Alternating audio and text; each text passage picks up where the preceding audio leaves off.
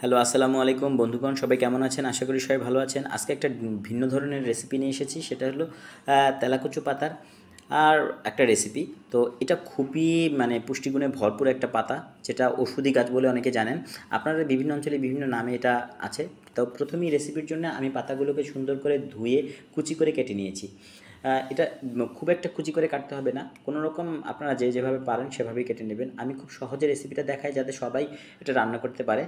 সাথে একটা দুটো আলু কুচি করে নিয়েছি। আপনার মিডিয়াম সাইজের আলু দুটো কুচি করে নেবেন। এটা সুন্দর করে আমি খোসা ছাড়াইনি, খোসা সহ রেখেছি। খোসাটা স্বাস্থ্যের জন্য খুব উপকার, তাই আপনারাও চেষ্টা করবেন খোসা রাখতে।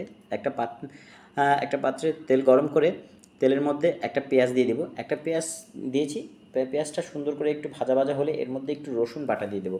তো আমি অবশ্য রসুন বাটা, রসুন কুচিও দিতে পারেন। রসুন কুচিটা হাতের কাছে ছিল না, তাই রসুন বাটাটাই দিয়েছি। আপনাদের কাছে যেটা হাতের কাছে থাকে সেটা দিয়েই তৈরি করতে পারেন। আমি সবসময় চেষ্টা করি সবার জন্য সহজ রেসিপি থেকে তৈরি করার, যাতে আপনারা খুব সহজেই রান্না করতে পারেন। অনেকে অনেক কিছু বলে যে এটা দিতেই হবে, ওটা দিতেই হবে। আসলে যে যেটা দেন সেটা দিয়েই তৈরি করা যায়। তো যখন মশলাটা একটু ভাজা ভাজা হয়ে যাবে, তার মধ্যে আলুটা দিয়ে দেবো। আলুটা দিয়ে একটু নেড়ে চেড়ে এর মধ্যে হালকা একদমই অল্প একটু হলুদ দেবো, যাতে হলুদে আলুর সাদা অংশটা একটু ম্যানেজ হয়।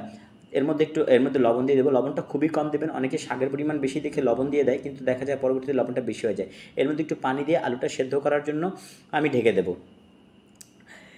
আসলে কি, ঔষধ উপাদান সমৃদ্ধ জিনিস খেতেই অন্যরকম মজা।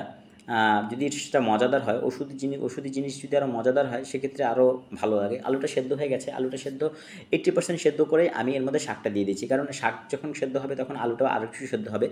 তা আলুটা এই জন্যে আগে সেদ্ধ করে নিয়েছি, কারণ আলুটা যেন একটু গলে যায়, আলুটা গলে যেন একটু আঠালো আঠালো ভাব আসে। তো আমি এর মধ্যে দুটো কাঁচামরিচ দিয়েছি। আপনারা যদি ঝাল বেশি খান, সেক্ষেত্রে কাঁচামরিচটা বাড়িয়ে দিতে পারেন। সেটা আপনাদের টেস্ট অনুযায়ী দিতে পারেন, কোনো সমস্যা নেই। ঝাল বেশি করে খাওয়া যায় যদি সেটা কাঁচামরিচ হয়। কাঁচামরিচ ঝালটা স্বাস্থ্যের জন্য উপকার। তো এর মধ্যে দেখেছেন আলু এবং শাক দুটোটাই সেদ্ধ হয়ে গেছে। তো আমি এটা সুন্দর করে ভর্তা ভর্তা করে নিচ্ছি। যেভাবে আমরা পানিটা শুকিয়ে নেব, পানিটা শুকিয়ে নিয়ে সুন্দর করে একেবারে পানিটা শুকিয়ে যাবে, শাকটা ভাজা ভাজা করে তারপরে উঠিয়ে নেব। আসলে এটা খেতে অনেক মজাদার হয়েছে। আমার কাছে তো খুব ভালো লেগেছে। আপনাদের কাছেও ভালো লাগবে। আপনারা একবার ট্রাই করে দেখুন, আর কেমন লাগলো অবশ্যই আমাকে জানাবেন। আশা করি সবাই ভালো খাবে, ভালো করে ভালো সুস্থ থাকবেন। আল্লাহ হাফেজ।